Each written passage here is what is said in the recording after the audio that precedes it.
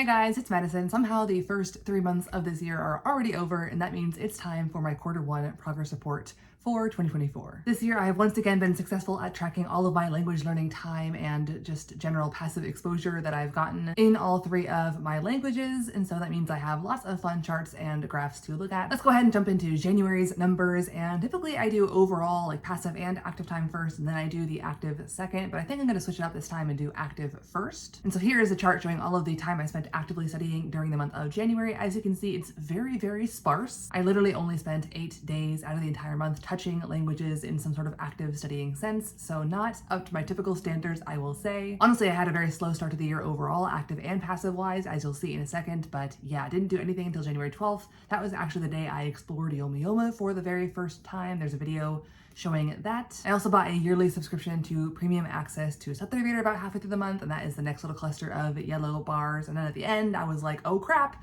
I haven't done any Korean or Mandarin active studying all month, so I kind of hurriedly did a bit there at the end of the month. And aside from that, no other active studying. It was definitely kind of a slow period, but honestly, I was visiting home for this month and I was just enjoying time with family, with my dog, and just not really focusing on languages overall. But yeah, if you look at the language breakdown, you can see it's basically pretty evenly split between Japanese and Korean, just because of that one last day of reading a bunch of webtoons. And Mandarin, it did not have a strong showing at all this month. And then looking at the overall time, so combined active and passive time, you can see it also was kind of not a very full month in terms of days spent exposed to languages. I only spent about half of the days of the month actually doing anything, even just watching shows passively in my languages, so not my strongest month for sure, but many of those days were actually binge watching drama days, and so the spikes got pretty high, and so because of that, my numbers like totaled up for the month aren't too shabby, but in terms of like consistently doing stuff in languages, again, not super strong. But yeah, because of those shows, if you look at the language breakdown, it is mostly Mandarin, followed by Korean, with Japanese in a distant third. Moving on to February, I will once again put up the just active time over the month first, and as you can already see, it's much more consistent than January, a lot more going on for sure. You can see for the first half of the month, actually, I was consistently doing both Satya Reader for Japanese and Chinese for Mandarin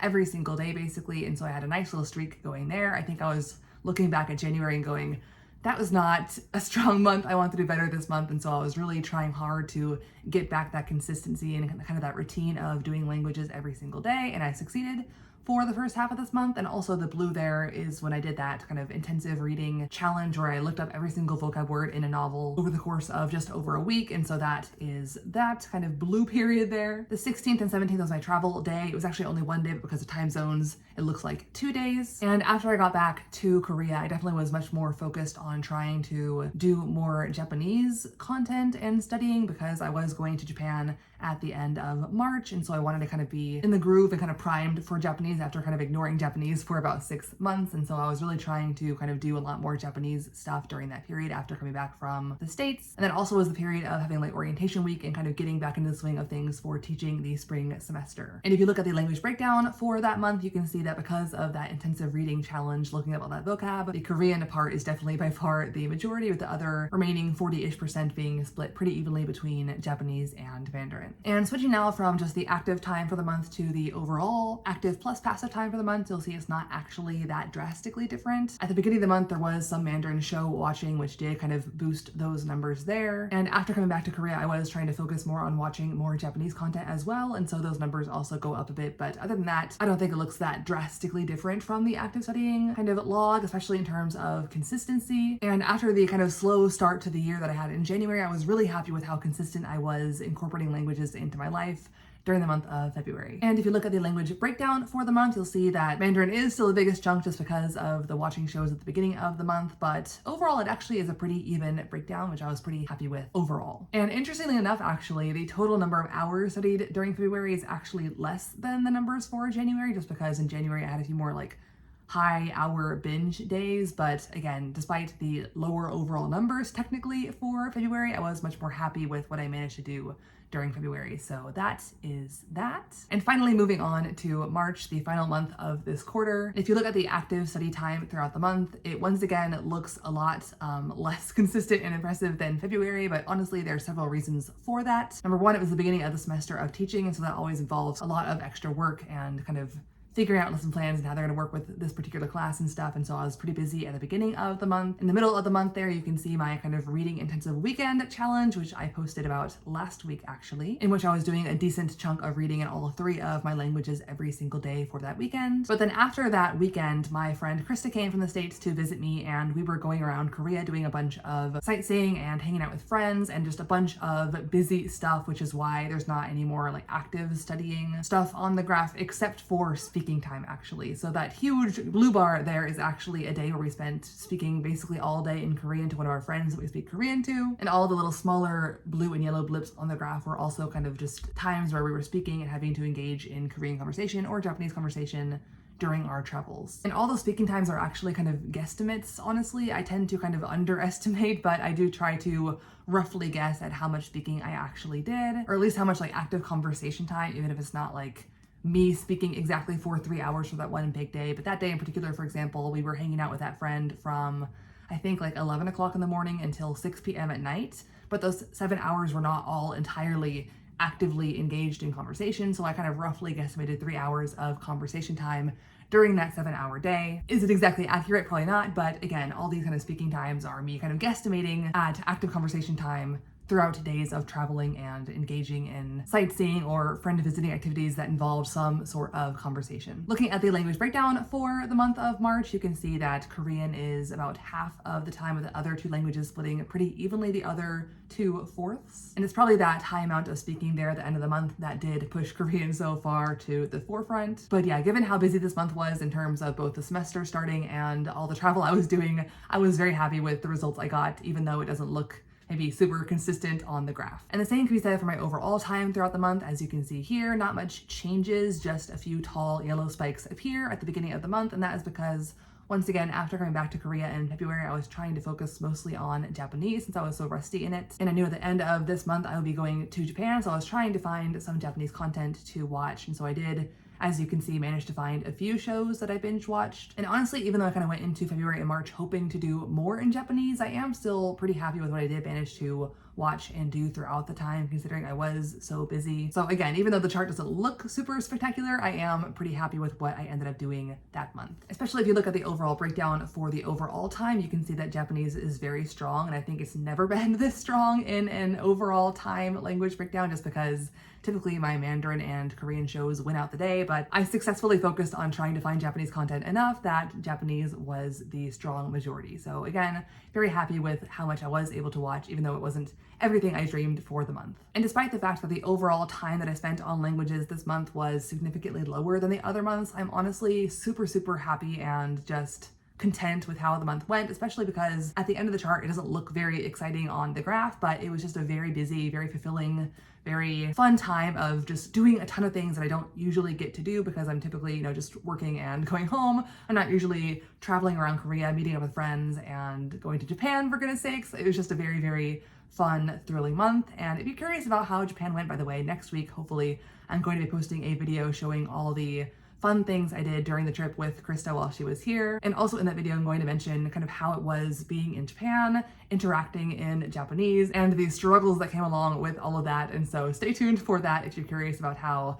actually being in Japan, speaking in Japanese, or at least trying to, went. But yeah, that will come in next week's video. But for now, that concludes our month-by-month breakdown. Interestingly, if you put all 3 months on one graph for the entire quarter, I think the kind of slow periods aren't as obvious. It kind of looks more consistent overall, even though there is definitely still an empty kind of beginning area and an empty kind of ending area. But overall, I think I'm just really happy with what I did manage to get done. And on this graph, I think you can definitely see kind of the shift from the Mandarin and Korean focus beginning of the quarter, shifting to more Japanese focus at the end of the quarter, which was my goal, so that was mildly successful there. And if you look at the overall language breakdown throughout the quarter, you can see that because of all those shows at the beginning of the quarter, Mandarin still does take the lead at the end. But honestly, I'm very happy with how kind of evenly split the 3 languages are for this quarter. Looking at just the active time throughout the quarter, I think the challenges I did really stand out. First of all, that kind of intensive novel reading, vocabulary looking up challenge I did in February, along with the kind of reading challenge I did in March.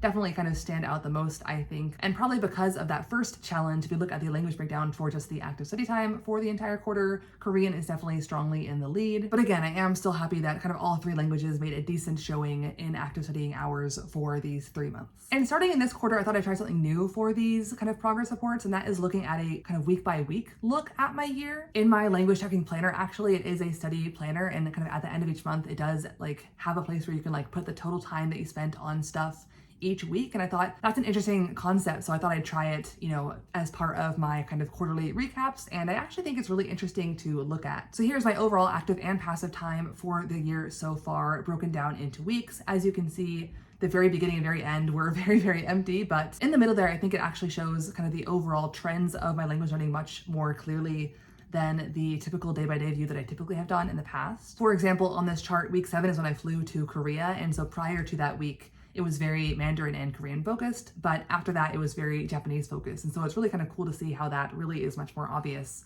on this kind of weekly view versus the daily view earlier. And if you look at my year in weeks for just the active studying time, I think it's also very obvious where I'm doing challenges, which I think will also be kind of fun to see as the year progresses, where kind of my challenges are happening, since they typically are a week challenge or a weekend challenge. I think that'll be really kind of a lot more obvious in these weekly charts moving forward. But yeah, week 6 and 7 was that kind of initial reading challenge, and week 11 was that weekend reading challenge. And the weeks where I don't have challenges are typically, as you can see, much lower in terms of active study time. So yeah, I think the kind of weekly view here is a fun kind of new thing to analyze as the quarters progress throughout this year. And last but not least, I wanted to mention kind of what my time has been going towards in each language. For Korean, as you can see here, just under half of the time was spent on watching shows. Over 1/4 of my time was spent on reading both novels and webtoons, so I'm very happy with how strong that's been so far this year. And also quite impressive is the amount of speaking time, again, just because while Krista was here, we were going out and meeting friends and kind of speaking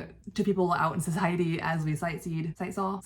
Both sound weird to me, but anyway, as we did sightseeing. And also this year, I've started a language exchange with one of the other professors at my university. So between those two things, I think my speaking has definitely been much stronger so far than last year, and hopefully that will continue into the future. For Mandarin, it's much more of a simple graph. As you can see, I only really ever do two things in Mandarin. One is watch shows, which is the vast majority of my time spent on the language. And then finally, I also do some active studying with Do Chinese, of course, as you guys often see if you watch my vlogs. So not much to see for that graph. For Japanese, it's much more of a variety of things, as you can see. For some reason, for Japanese, I break up the things I watch into more specific categories. But as you can see, dramas, animations, and YouTube actually takes up over 65% of my overall Japanese time. So I'm very happy with that so far this year. Typically, I struggle to do any passive kind of language exposure in Japanese, so I've definitely been trying to do that so far this quarter, and I was successful doing that this quarter, so very happy with that. And as you can see, the majority of the active time there is Saturday Reader and Yoma, which are both kind of reading apps that I use for Japanese. And yeah, that is the end of my progress report for this past quarter. Hopefully you guys enjoyed it. Even though I think there were some kind of slow periods this quarter, I am still very content, very satisfied with what I managed to get done during these 3 months. And again, the experience for the last 2 weeks of the quarter, kind of traveling around Korea and Japan with my friend, even though they don't really look impressive on the graph for the most part because it isn't really quantifiable in numbers, it was a great, really fulfilling experience, and I'm really happy it happened. So yeah, just overall a great quarter. Again, if you're curious about what happened during those few weeks where my friend was here, stay tuned for next week's video, which should hopefully talk about all those adventures in more detail, in addition to the struggle of being in Japan and trying to use Japanese. But yeah, that's it for this video. I will see you guys in next week's video, and until then, annyeong.